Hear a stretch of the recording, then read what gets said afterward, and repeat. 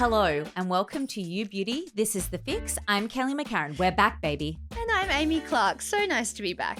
We are back. Your annoying aunts that are actually really helpful and lovely, but will offer some brutal advice that you didn't know you needed. We are back in business. Just a reminder, if you have a dilemma for us, we'll pop the link in the show notes or the wherever so that you can submit yours. Question number 1. Do you want to read it or shall I? I will. Go on. What do you do when your young tween wants to shave their legs? This is such a rite of passage. This person's young tween has just asked to start shaving their legs.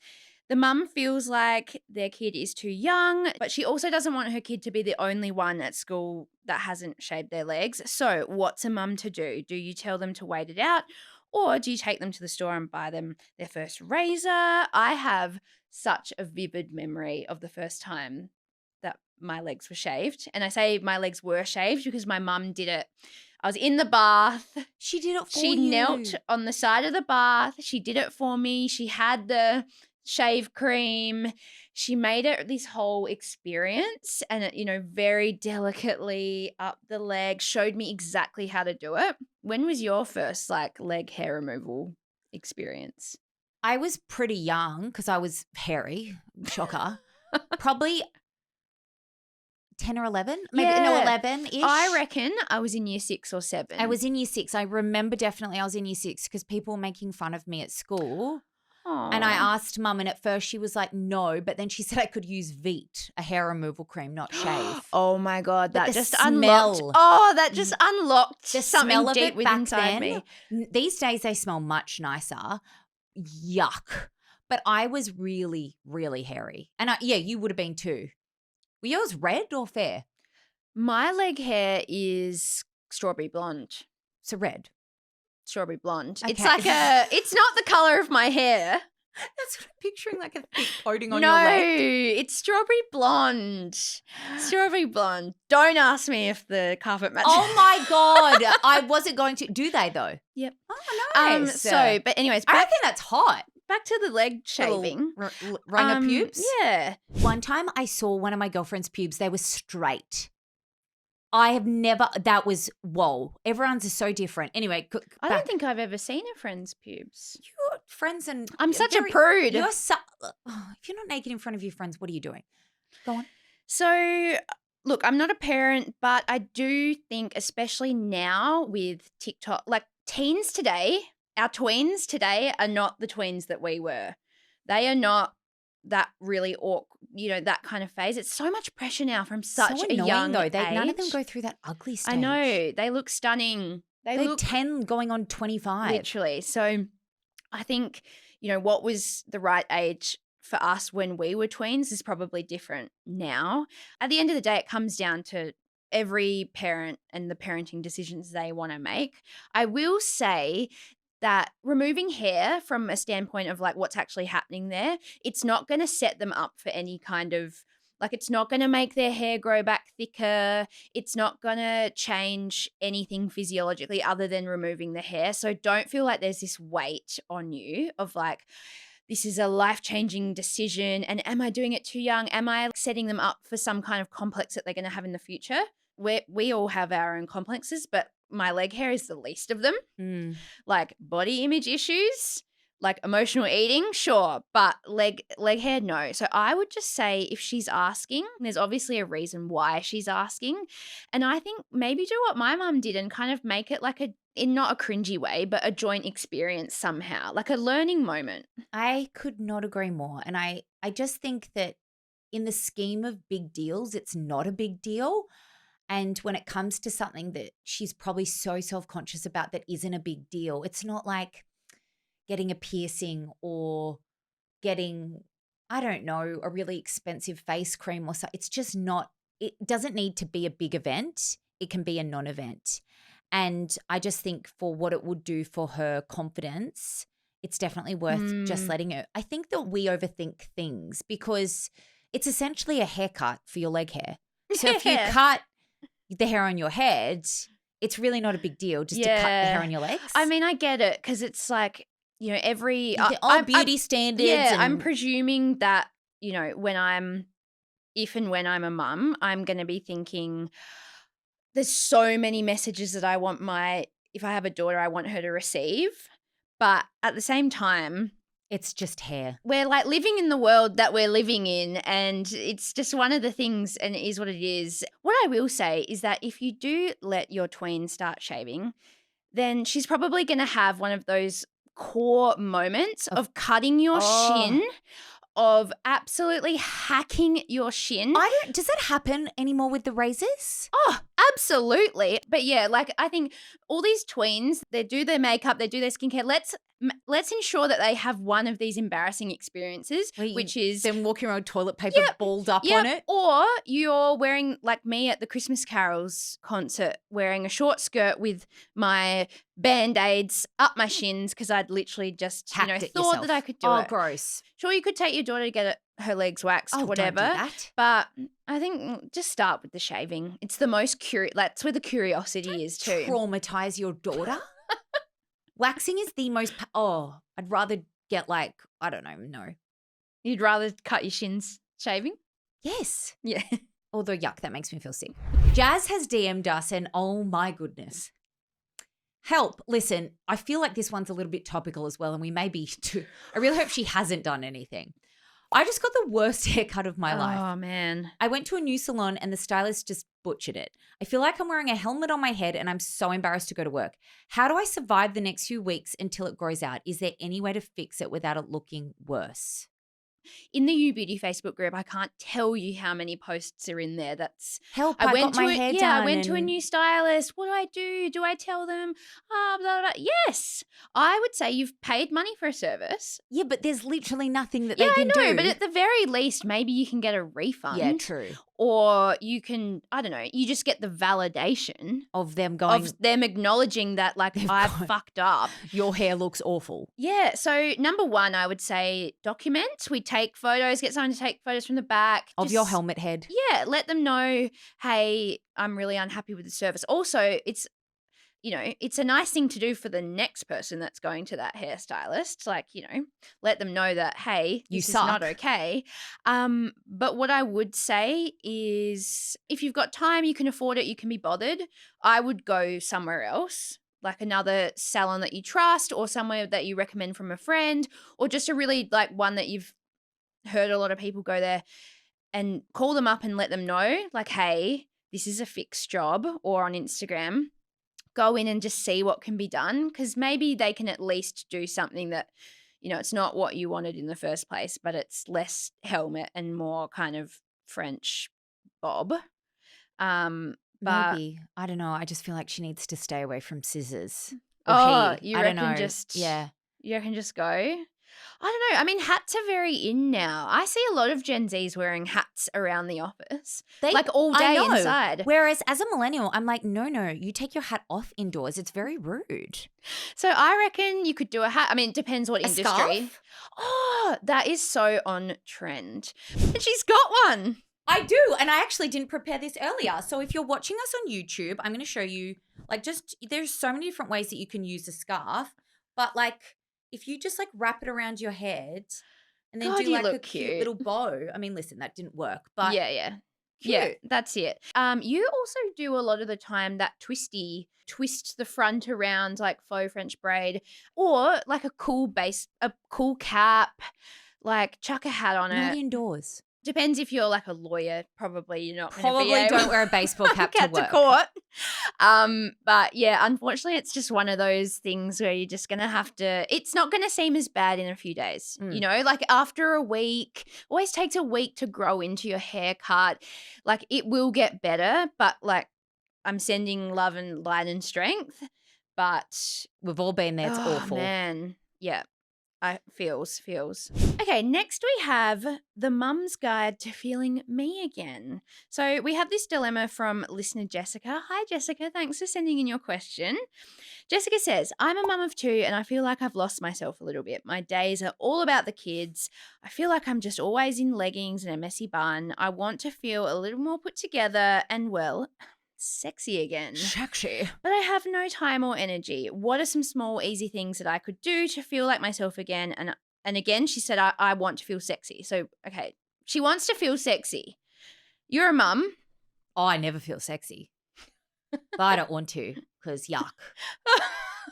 You don't want to feel sexy? No, I didn't. I was at a hen's party recently and then one of the strippers, because he was trying to get me to do something and I was like, ew, no. I'm a mother. No, I said to him, I know I look like a ball of fun and I know I look like I should be sexy, but I am not.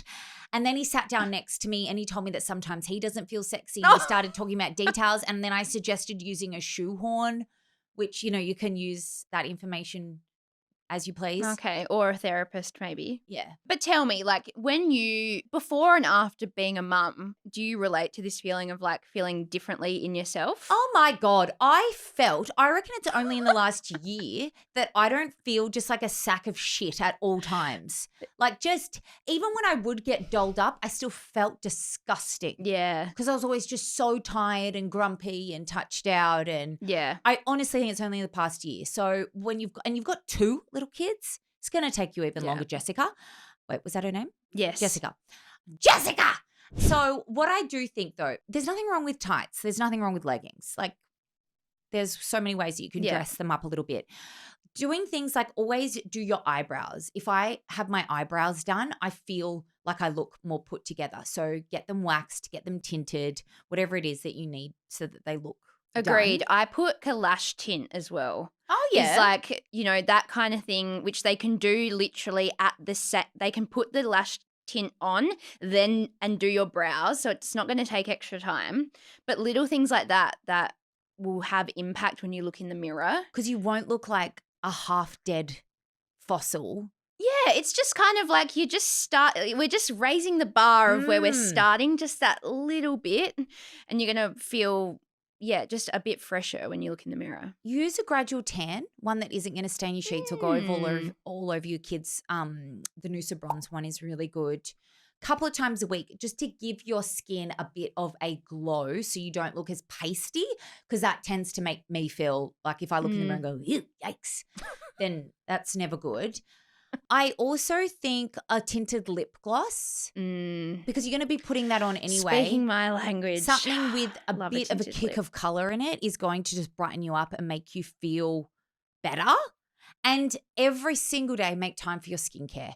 Even though it seems probably impossible, I do mine while my kid's in the bath because I'm sitting there right next to him anyway. Can find a pocket of time. You can always find a pocket of time to do your skincare and I promise you, you will look and feel so much better. Yeah. I think those are all excellent recommendations. I will add a few, and obviously not from the experience of being a tired mum, but just things that make me feel good and put together and maybe a bit sexy because I don't mind feeling a bit sexy now and again. A little bit sexier than me. I know you're going to be really busy and you probably don't have time, but I personally swear by like washing your hair. Like I always feel better with clean hair. Always. 100%. If your hair feels gross, you feel gross. Yeah. So wash your hair. That always makes me feel fresh. And that's my hot tip too for when I'm sick actually, is if I'm sick, I wash my hair. I have a really hot steamy shower. I wash my hair. Change the sheets, change everything. Fresh PJs, feels amazing. Next thing is still in the shower. Maybe like let's make some nice moments for you in things that you're already doing. So a really nice body wash. I'm not talking, it doesn't have to be expensive. There's that Soma. Oh, $20. Yeah, there's plenty, but something that feels really nice. I mean, my all-time favorite, I know it is yours too, the L'Occitane almond shower oil, but just something in the shower that feels luxurious, smells nice. If you want to feel sexy, spend a bit of time just like, I'm not saying you have to fully fill yourself up in the shower, but like just spend like an extra second and like being aware of your body. Like as also check for lumps. We love multitasking. Exactly. This is what a way to feel sexy. Check for lumps. Yeah. So just spend a bit of time like just being, I guess, like I hate using the word mindful, but just kind of like actually in the moment of like lathering up in the shower. And then in terms of products you can use, I love having like a cream blush stick or something that can be a swipe of color on the cheek, a swipe of color on the lip, and then hell, you could do a swipe of color on the eye. Oh, hell. Oh, hell. Just adding that extra bit of color to the face. Yeah, my favorite products for those is Nude Sticks do really great cream products. So many brands do a good cream stick now that are multi-use across lips, cheeks, eyes. I actually did that today. I've literally got lip, eye, lip, eye. For those watching, eye, cheeks is all the same blush. It's one of the Merit blushes. That's why you look so fresh. It just kind of adds this intentional harmonious, like I put effort in, right? Yeah. So that, and then the only other thing I'd say is if you've mentioned the leggings, and as we said, I'm all about a legging. You could, if you wanted to spice it up, try a flared legging. Like those are all the rage right now. And they look so cute. Yeah, or those really in fancy trackies. Like your like a business track. Like your striped coloured track pant. It isn't a track pant though. It's like a more fabric-y. Well, they can do, or even like the Adidas trackies, like just some kind of like an elevated trackie. I just think of a like bloke in the UK walking down the street with an Adidas trackie on going. Like a drug dealer. Oh, yeah? No. Yeah, with his speed dealers on? No, I wear my Adidas track pants to the Mamamia office. Okay, I feel like we've got a very different idea of a track pant in our head because what I'm thinking of, you absolutely. It's the dressy track pants. Okay. That everyone wears. I'm thinking of one of those really daggy ones. But yeah, just like a few. So hopefully one or all of those little things can help you feel a bit more put together and sexy. Final question is the side hustle secret. So our next dilemma is from a listener, Chloe, who DM'd us asking, my friend is a total DIY beauty queen. She's always doing her own hair, waxing and manicures, and she's actually pretty good at it. Lately, she started a side hustle and is doing these services for our other friends and charging them. The problem is she's not certified and some of the results have been questionable. Do I tell her she needs to stop or do I just stay out of it and hope for the best? I mean, in this economy, like I love that your response is in this economy slay. Yeah. I mean, I wrote that down and then I heard that we don't say that anymore. Oh, I do. That now slay is like ironic apparently. Oh, but I say it all the time, but I still say lol. In a non-ironic way. You can like literally prize lol from my dead body. It's on the end of everything. And the laughing emoji, I will never give it up. Yeah. So look, I think there's a couple things here. Number one, I am a little bit sus on I don't know how I feel about if I'm doing friends' beauty treatments and I have no qualifications whatsoever and I'm actually charging you money, like are you giving me cash or do you have like one of those Stripe things that you pay? I don't know about that. I feel better about like the exchanging of wine goods. Or dinner. Yeah, come over and I'll shout at dinner and you're going to do my nails. Or like I feel, so I think that's. I agree. She's got very like middle-aged white man energy. Yeah, I mean, and she's like, yeah, come over. I'm charging you for your shitty haircut. Yeah, so I mean, if she was really good, and like if she was a hairdresser or like it's only like $30 or $50, whatever, cool. But the issue here is that we've identified that the results aren't that great. But you haven't had anything done.